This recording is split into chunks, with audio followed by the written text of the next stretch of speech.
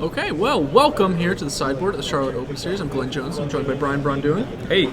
Brian, you're in the middle of the sealed deck tournament right now, our first Sunday individual sealed. Yeah. You obviously got a little bit of the format, a taste of it, when you played the team sealed up in Somerset. I did, yeah. Do you think that was reasonable practice for this weekend? Yeah, it definitely was. Like, even though it's definitely a different experience when you're building 3 decks and you have a lot more cards to choose from, it still gives you like good insight into what kind of cards or strategies you think are good. Sure. So, I imagine you're mostly playing against like slightly more diluted decks that are otherwise very similar. Yeah. Because the team sealed deck obviously can be much more focused with your strategy in team sealed. exactly, yeah. So you've wound up here with a Naya deck. You're playing 3 colors. You've got white as your splash, and it looks like you're mostly just trying to curve out some reasonable creatures, get bigger than the opponent, put them into the abyss, and that's how you're trying to grind out the game. Yeah, absolutely. Just basically just trying to kind of play a mid-range game and then try to like finish them off with one of my big finishers, like a Tristani Summoner or like the Hellkite or Risen Sanctuary. Sure. Last round, my opponent definitely went into the abyss on Risen Sanctuary, so I think that's where he likes to put people. yeah.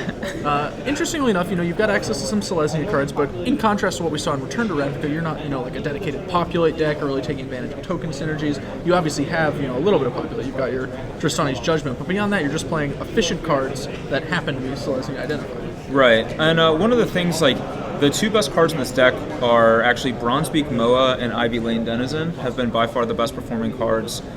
Just basically, I have 2 Centaur's Heralds, which interact extremely good with both of those cards. Yeah, especially the Denizen. Yeah, because you get 2 triggers out of both of them off of a single Centaur's Herald. So my game plan has been to just not even cast my Centaur's Heralds until I already have like one of those guys in play. Okay, sure. And with 2 Zerta Druids, I'm usually playing them on turn 3. So. Yeah, with 2 Zerta Druids, you can obviously also get through a lot of these board stalemates that have Absolutely, started yeah. to come up. The format has definitely shifted. The primary size is now like 2/4. That's the creature you're trying to attack through, which, your deck obviously is filled with a lot of 3/3s. But you have things like the Ivy Lane Denizen, the Common Bond, the Bronzebeak Moa. You can actually power your way through. Plus, I don't think this 2/4s are going to do anything against Risen Sanctuary. Right, like if me and my opponent are just playing a 2/4s bouncing off each other game, I'm pretty happy with that. Like, Sure. Hellkite's going to get them, or Sanctuary or something's going to get them eventually. So. Utvara Hellkite is obviously real big dragon. Not a card people generally played very much. I think in the previous sealed format for RTR, certainly not played much in draft.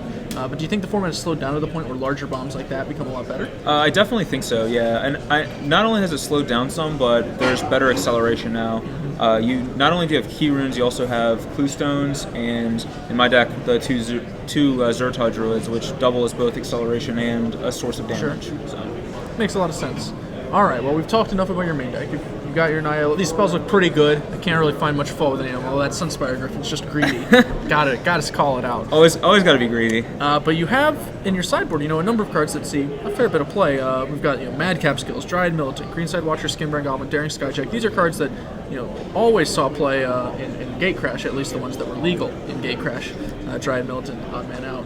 Did not see play. Did not see much Gatecrash play. Yeah. But you've decided, to go with that mid-range route. Did you consider building a more aggressive deck, or did you know from the get-go that you really wanted to emphasize having a better long game? I definitely considered playing those cards, but when I laid it out, it just, like, I wasn't foreseeing situations where I was, like, getting a battalion for Daring Skyjack unless, like, Scab Clan Chargers were, like, charging on in, so...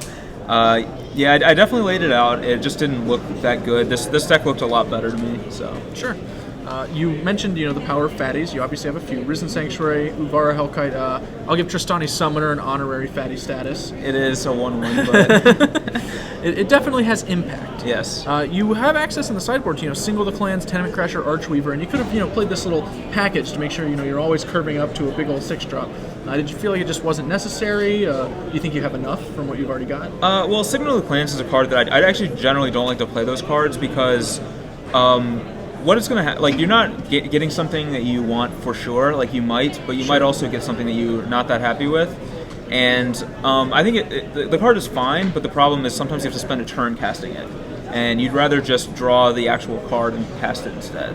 Sure. So that's my reasoning for not playing it, but I have boarded it in from time to time in certain matchups where, like, Scab Clan Charger's just like really bad. I'm gonna swap it out for a Signal of the Clans to give me better odds of hitting one of my big creatures. Yeah, when you have creatures like Centaur's Herald, of course, also, you definitely have to commit to spending your mana a little bit more, which is going to make Signal of the Clans certainly weaker. Right. And last but not least, you said that you considered playing Blind Obedience to give your deck a little more reach, which seems, kind of a tempting thing in conjunction with Zertod Druid.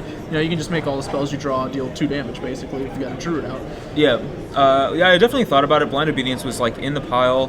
The reason I decided not to play it is I only have 6 white sources, and I figured a lot of the time I'm just going to have 1 white source in play, and it's a little...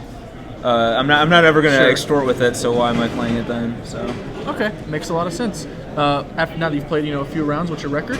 I'm 4-0 right now. 4-0, undefeated. Yep. Would you make any changes in hindsight, or do you like where you landed? Honestly, I'm pretty happy with where this ended up. The only card that I've been unhappy with is Scab Clan Charger, which has basically just been a 2/4 for 4. So maybe that would end up being like the Signal of the Clans or one of the Tenement Crashers, or I have the 6/3 Maze Runner guy, which is basically the same thing. Yeah. I could see Scab Clan Charger being one of those cards. Okay. Well, thank you for joining me, Brian. Good luck in the rest of the tournament. Thank you.